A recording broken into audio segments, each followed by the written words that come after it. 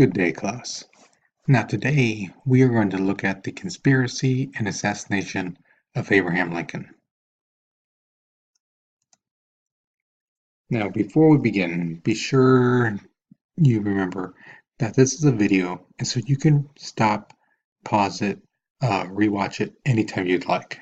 Okay, so here's the warm-up picture, and what you have to do is basically analyze the picture. What do you see? So create a list of different things you see in the picture.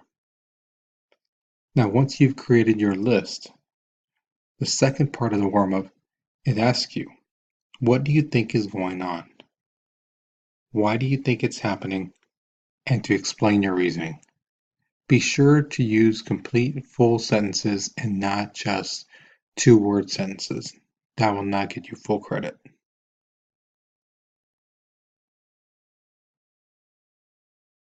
Okay, so let's begin with the notes.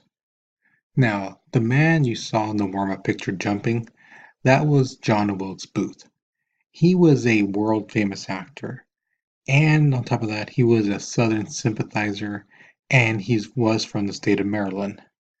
Now, the thing is, John Wilkes Booth, his family, the Booth family, are very, very, very well known actors.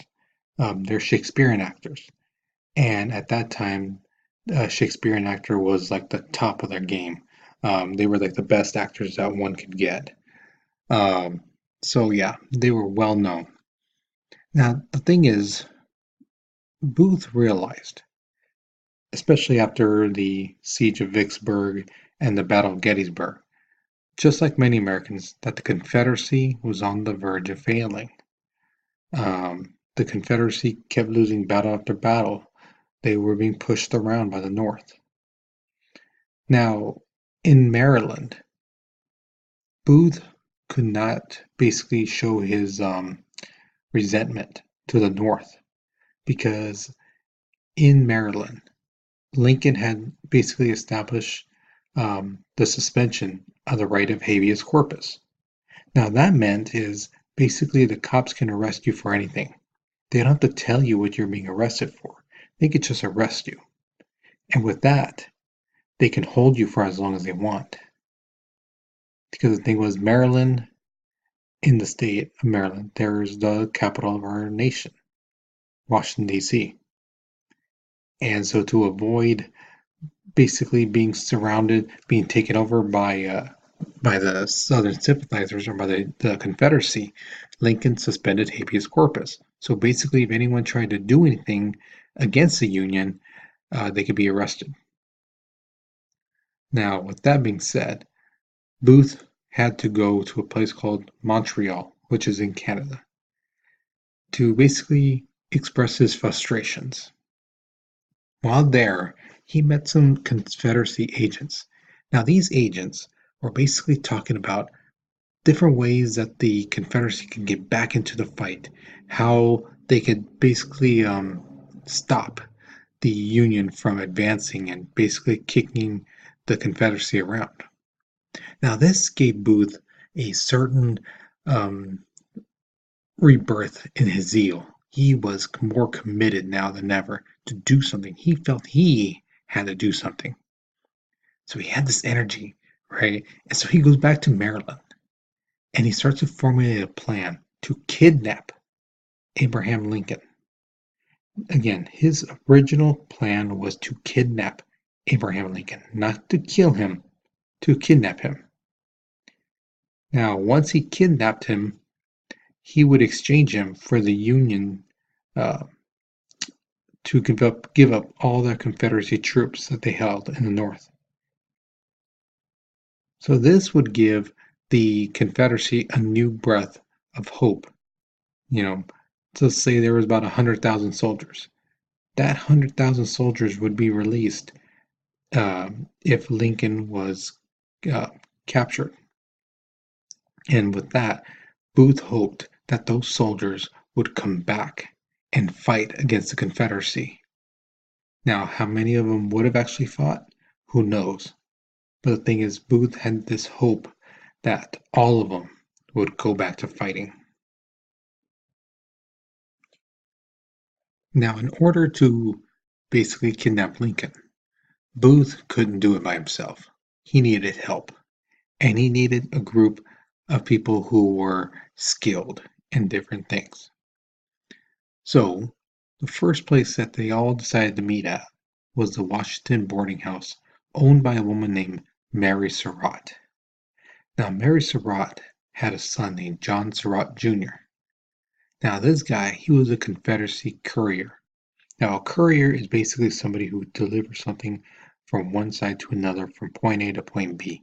For him, he was taking stuff through the Union lines to the Confederacy side and giving them things, whether it was letters, ammunition, food, whatever he needed to deliver.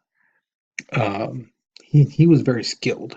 If he couldn't talk his way through the lines, he found a way through it one way or another, through stealth, another pathway, something. The guy was good, and that's the type of guy Booth wanted in his group. Now, these two other guys, Samuel Arnold and Michael O'Laughlin, these guys were lifelong friends of Booth since they were young. Now, O'Laughlin, was not only an old friend of his, but he was also an ex-Confederate soldier.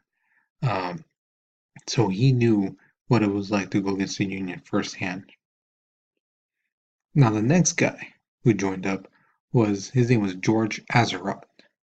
Now, George Azerodt, he ran the blockades kind of like John Surratt, but except through land, he did it through boats. And he was able to get supplies to the Confederacy. Now, remember, at this time, the Union had ships basically making a barrier through not only the Atlantic Ocean, but also the rivers. And somehow, some way, George Azerodt found his way through and was able to deliver supplies. So you have two couriers, two people who could supply the Confederacy, either on land or on sea or in water. So either way, you're covered. Now, the guy to your right, that is Lewis Thornton Powell. Now, this guy was a former Confederate soldier. Now, remember I told you before about Lincoln being tall and strong and stuff like that? This guy was the same thing. He was another version of Lincoln, but just younger. Very tall, very, very strong. And on top of that, he was a trained killer. The Confederacy trained him to kill without remorse, without hesitation. And on top of that, he had this anger towards the Union because he was a prisoner of theirs, and he was able to be released through a prisoner exchange. But he still had that anger of being a prisoner of war. Now, one more person that was added was a Southern sympathizer named Samuel Mudd, but his professional name was Dr. Mudd. Now, this guy, he was a Southern sympathizer, like I said, but the thing is, he didn't go out and say it like Booth. They couldn't say that out loud. But the people who knew him, they wouldn't have believed it. And he was very well respected in his community. So here is a picture of the conspirators. As you can see, the first one, if you look on top, the number one, that's Booth. There's Powell, David Harold, Michael Laughlin, John Surratt, Edmund Spangler. Now, we haven't talked about him, but we will in a video or two. Samuel Arnold, George Azerodt, and Mary Surratt's in the center, and Dr. Samuel Mudd was not pictured in here. Now, the plan was almost set. The thing is, they just need to know where Lincoln would go. They had all the people, now they just needed a place where he could go. And word came that Lincoln was going to attend a matinee performance of Still Waters Run Deep at a hospital on the outskirts of Washington. Now, this was a perfect plan because the thing was, This hospital was at some distance away from Washington, D.C., and in between Washington and this hospital, there was pathways, there was forest land, and it was bare. There was no buildings, um, no houses along the way, stuff like that. So Booth developed a plan to intercept the carriage on its way to the play. Now, once they intercepted the carriage, they would then take Lincoln, send him away, and then one person, a representative, would go and basically tell the people, we have Lincoln, and here are our demands. You know, uh, but the thing is, the plan went wrong at the last minute because Lincoln changed the plans. Now, the thing is, Lincoln, he loved his soldiers. He did. He wanted to see them when he could. If there was a new group of soldiers that just graduated about to go into war, he wanted to meet them. If there were some soldiers that were in the hospital, he wanted to meet them, talk to them, um, hear their stories, things like that. There were soldiers going from one place to another. He'd wanted to talk to them, basically say, hey, you know what? Where were you at last at? Oh, okay, that's a tough battle. Yeah, I heard about that. Hey, God bless you, this and that, and you're making your country and your family's proud. Things like that. He really loved his soldiers. So there was a 140th Indiana Regiment that was leaving, and he decided to go speak to them. And now this made Booth kind of set because the plan was perfect. But then Booth had another plan. And he said, you know what? Lincoln goes to this theater called the Ford's Theater quite a bit. And the thing is, I know that theater like the back of my hand.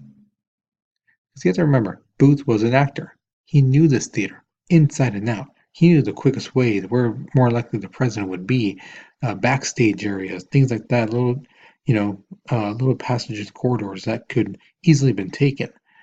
But the problem is, his plan wasn't that great to his supporters. Now, if you look to the picture on the right, that's the picture of Ford's Theater, the original, the one where Lincoln was at.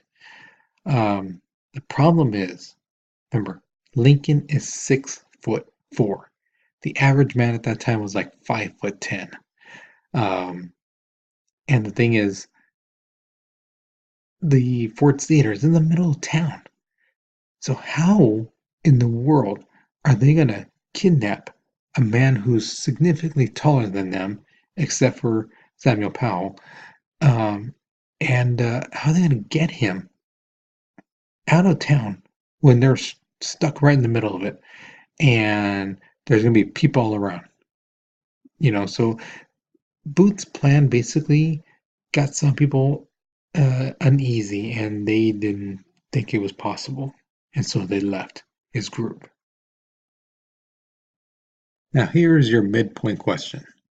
Do you think if the kidnapping of President Lincoln was successful, that the Civil War would have continued? Why or why not? Justify your answers. Now, since you're by yourself, more likely, or you're doing this on Friday, chances are there might not be anyone else. So, if I'm not there if you're not there in the classroom with me, then you don't have to worry about sharing it with me. But it would be good if you discuss this with somebody around you. Mom, dad, brother, sister, somebody. And see what they think. Okay. So again, remember, about 100,000 soldiers or so. What do you think those soldiers would have done? Would they have continued fighting? Would some of them say, no, no, I did my time, forget it? Or do you think some of them would be too sick or injured to fight? What do you think? Okay, so again, start off the prompt with, I believe that if Lincoln was kidnapped, the Civil War would or wouldn't continue because, and justify your answer.